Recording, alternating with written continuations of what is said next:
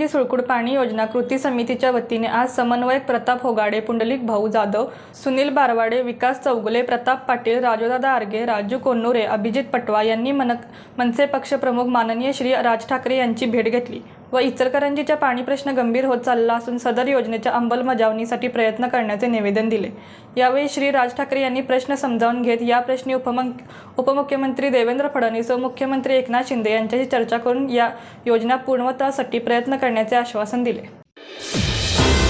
रणनीती न्यूज चॅनलला आजच सबस्क्राइब करा आणि रहा अपडेट।